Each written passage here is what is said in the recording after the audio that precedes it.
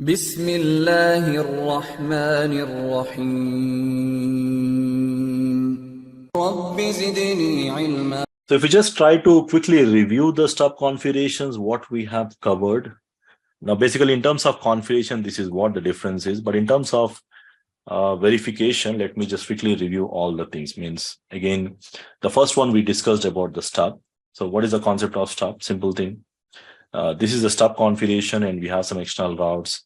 And you want these external routes to come till the border router, and the border router should stop these external routes, E1, E2 routes, and then generate the default route. This is a normal stub configuration, what we covered. So on the top of the stub, I can just go ahead and add extensions.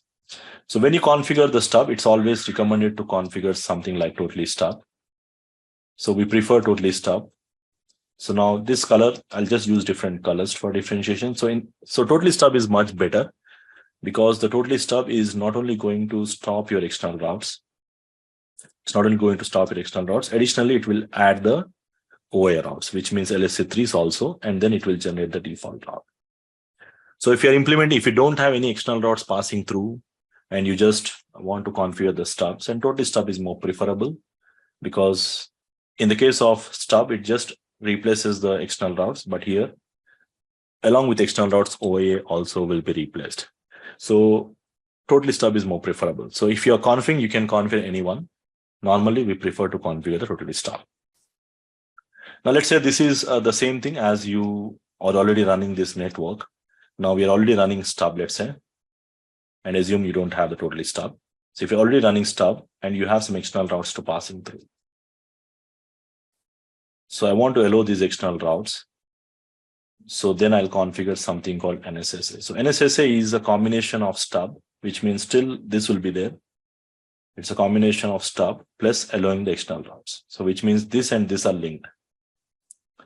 So if you want to allow the external routes to pass through the stub area, then we configure as NSSA. NSSA, stub plus external routes. External routes are allowed.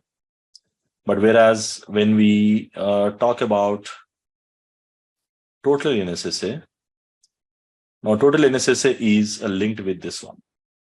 So it's going to do as a Totally Stub, the same, which means this one will be there, plus allow the external routes. So if you combine this and this along the external routes, it will become Totally NSSA.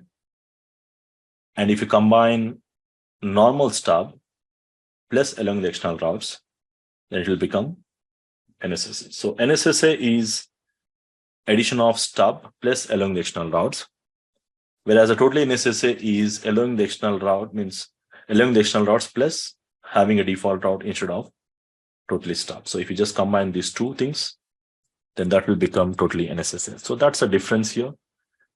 Again, if you compare, what is the difference between NSSA and Totally NSSA? The only difference is this one. Because in NSSA, we allow the external routes. In Totally NSSA, also we allow the external routes. But the only difference is in NSSA, it just replaces external routes. But whereas in Totally NSSA, it replaces external plus this one. So this is a kind of a quick summary of the 4 different types of stubs.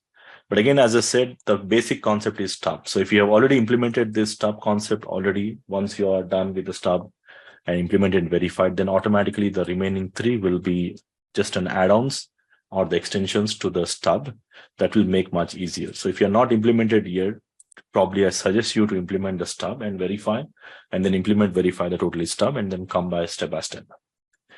So in terms of configuration, a quick summary of the configurations also we need to remember. But at the end, you don't implement all the 4. At the end, you implement any one. It all depends on your scenario.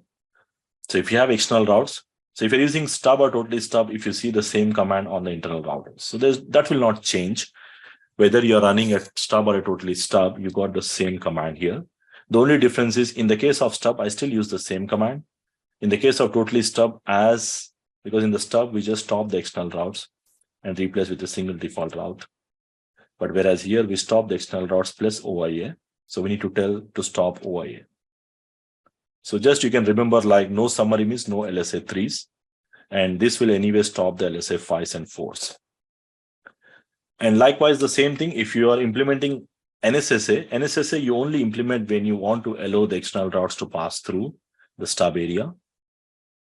In that case, the same command on the internal routers, so that will not change. And the border router, only the command will change on the border router. So in the production network, you may have one border router or you may have 2, 3, depends on the topology. So if you have 2, 3 border routers, so on the border router, if I use this command, then the router will understand that that particular area, area 10, is NSSA, and I have to generate the default route with this command and stop the external routes. Means I have to do the job of a stub, which means I still do the same this job along with allow the external routes. So these two are linked. And when I give area 10 NSSA no summary, it is like totally NSSA on the border router, which means it still do this one plus allow the external routes. Okay, so the only thing you need to know is the border side configuration, border router side configuration that will change. So if you just take the screenshot or if you just memorize this, that will again make your job easier in terms of remembering or in terms of facing interviews or anywhere you want to quickly review or explain any kind of stuff. This is going to help you.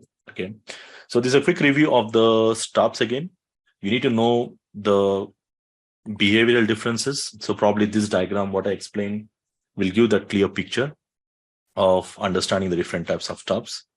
And this screenshot, probably this will help you to understand the configuration differences in different types of stubs here.